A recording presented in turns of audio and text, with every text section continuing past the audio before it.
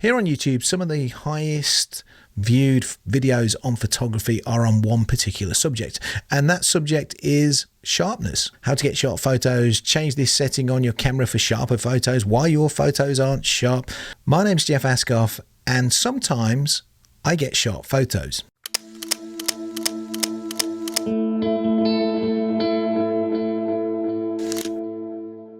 When Sarah started in photography 10 years ago, she very early on started going to agricultural shows to go and photograph the animals and the people that were there.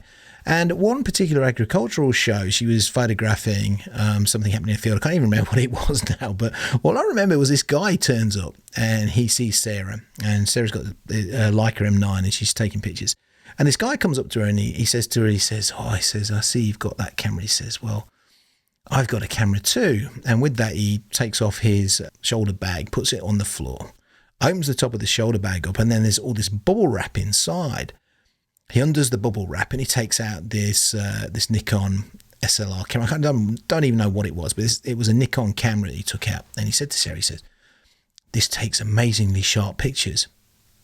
And with that, he put it back in the bubble wrap, closed his bag, and then put it back on his shoulder and stuff. I was going, what the hell is going on? This is the nonsense that people have around sharpness. I mean, what is sharpness anyway? I mean, in the comments, let me know what you think sharpness is. Because I was having a discussion with Sarah the other day.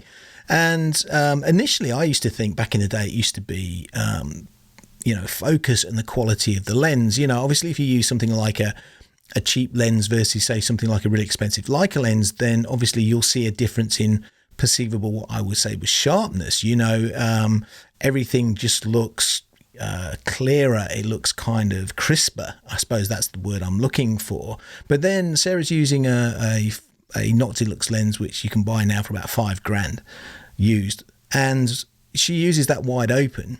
It's in focus, but it's not sharp. So is the photograph sharp or not? And is focus the thing that makes the photograph sharp? Is it clarity?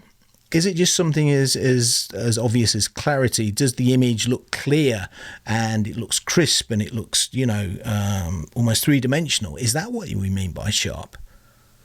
Or is it just a combination of all sorts of things, like the quality of the lens, how big the sensor is, how much noise there is in the actual picture, how much noise reduction has been done to the picture, because noise reduction can affect sharpness, and unsharp masking can affect sharpness, and clarity can affect sharpness. And so, I mean, I don't know what sharpness is. Honestly, I haven't got a clue what people mean by sharpness. I personally think, and have been around cameras for 30 odd years, that sharpness is this kind of nonsensical term that a lot of camera manufacturers use to sell their products. You know, buy our camera, you'll get a sharp picture. Of the ridiculous number of photographs I've taken of my dog since we got him in September 2023, this is by far my favourite photograph. At this age, when I shot this photograph, he was an absolute live wire, a bundle of energy into everything, really living his life. This photograph shows that, because the blur, the movement in the picture emphasizes the movement and the energy and everything else that was about the dog at that particular time. And that's kind of the point though, isn't it? I mean, if this photograph was sharp, okay, whatever that means, it wouldn't have the same feeling. What a lot of photographers forget is that photography is as much about feeling, how it makes the viewer feel, than it is about how technically perfect the image is. Personally, I've always tried to stay away from this concept of sharpness and any sort of notion of making a technically perfect photograph. Otherwise, I think it just leads to having an eye which becomes quite static, more focused on technique and more focused on perfection than it is anything else. And life on the street is not perfect. There's a lot of imperfection, there's a lot of energy, there's a lot of mood, there's a lot of atmosphere. And I think by getting away from this concept of sharpness a little bit, that energy and that mood can be emphasized really nicely within a street photograph.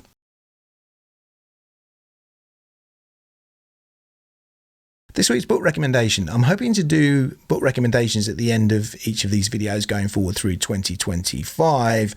And to start off with, I really wanted to look at the work of Japan's greatest street photographer, Daido Moriyama. If you're not familiar with Moriyama's work, it's not everybody's cup of tea. I'm going to be honest. I know a lot of people that kind of don't get what Moriyama does, and I know a lot of people that think he's absolutely amazing.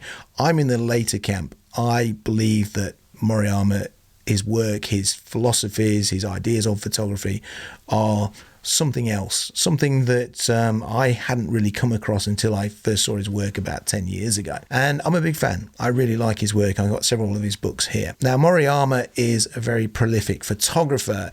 He's published well over 100 photo books in his career, and he's also produced a series of zines, and they're called Record. And this is one of them. This is record number 43. Now, these zines aren't a curated body of work, and they don't particularly have any sort of narrative going through them. They are quite literally a visual diary of Moriyama's life at a particular time. In 2017, Thames and Hudson put together a book called Record, which was basically the best of these zines, from zines number 1 to number 30. And in 2023, they reprinted it, and this is the reprint. Now, when I first got this book, the thing that blew me away before I even turned a page was just how beautifully this thing has been put together. Slate grey pages, or almost charcoal grey pages, perfectly flush bound to the cover.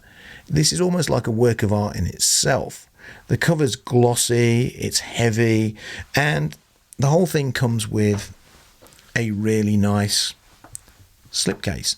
Okay, it's a premium product, and a lot of time and a lot of effort and a lot of craftsmanship has gone into making this book. And honestly, this is probably the best presented, most well put together book that I have in my collection. It's phenomenal. There are hundreds of pictures in this book.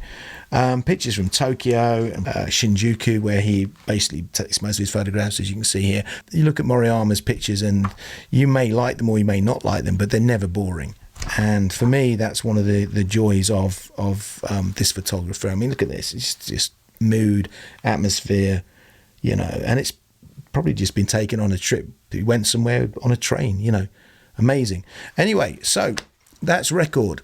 Now, in 2024, Thames and Hudson released Record 2. This is basically the work from zines 31 to 50, I believe. With Record, we see the classic Moriyama, we see the wide angles, we see the film photography.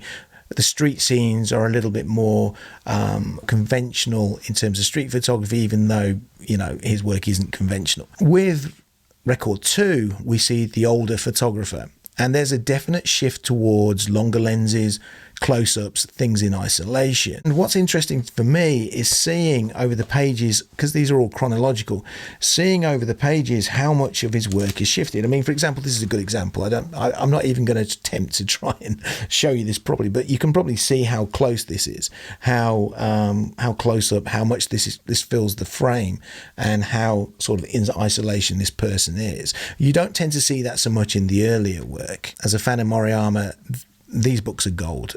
They're absolutely phenomenal. I've been poring over them since I got them. If you're into Moriyama, just go and buy both these books. You really need them as the pair to really get into the kind of progression, if you like, of the photographer, particularly going into his later years. If you want to dip your toe into the water of Daido Moriyama, go and get the first one. Is classic Moriyama as far as I'm concerned, whereas Record 2 is, like I say, the older Moriyama. And I'll leave links to these in the description below. They're both reasonably priced. Given the quality of the binding and the covers and all that kind of stuff, they're not premium price. So I'll leave links in the description below to these books. So hope you enjoyed the video. If you did, we'd love to see you subscribe to the channel. And if you have any comments, if you know what Sharpness is, if you have a definitive version of Sharpness, I'd love to hear what it is. Let me know in the comments below, and I'll see you next week on the next video. Take care.